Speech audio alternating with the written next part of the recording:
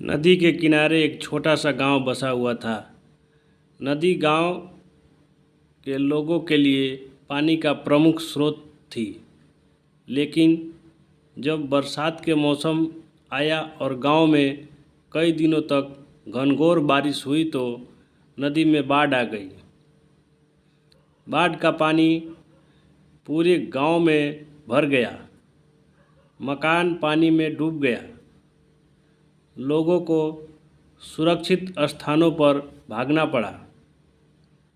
बाढ़ के पानी में लोगों के घरों की कई चीज़ें बहने लगी। उनमें दो घड़े भी थे। एक पीतल का घड़ा था और एक मिट्टी का। दोनों ही घड़े पानी में खुद को बचाने का प्रयत्न कर रहे थे।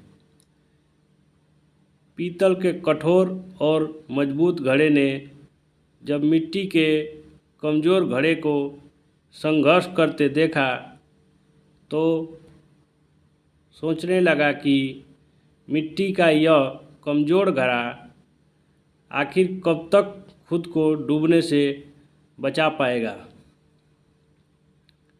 मुझे इसकी सहायता करनी चाहिए। उसने मिट्टी के घड़े से कहा, मित्र सुनो, तुम मिट्टी के बने हुए हो और बहुत कमज़ोर हो। बाढ़ के इस पानी में तुम अधिक दूर तक नहीं जा पाओगे और डूब जाओगे। मेरी बात मानो और मेरे साथ रहो। मैं तुम्हें डूबने से बचा लूँगा।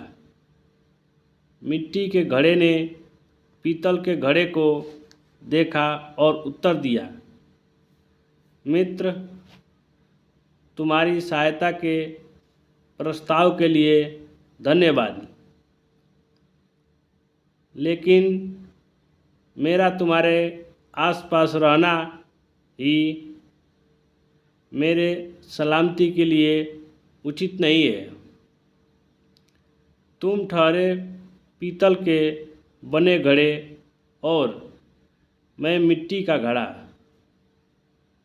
तुम बहुत कठोर और मजबूत हो। अगर तुम मुझसे टकरा गए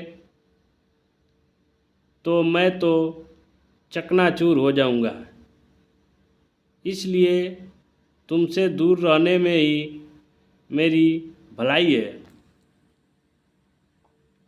मैं स्वयं ही खुद को बचाने का प्रयास करता हूँ। भगवान ने चाहा तो किसी तरह किनारे तक पहुँच ही जाऊँगा।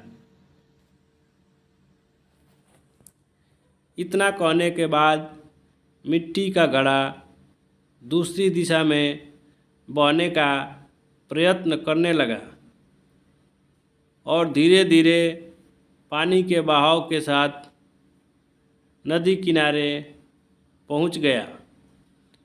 वहीं दूसरी ओर पीतल का भारी घड़ा भी प्रयत्न करता रहा, लेकिन नदी के पानी के तेज बहाव में खुद को संभाल नहीं पाया।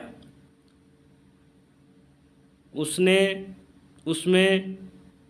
पानी भर गया और वह डूब गया।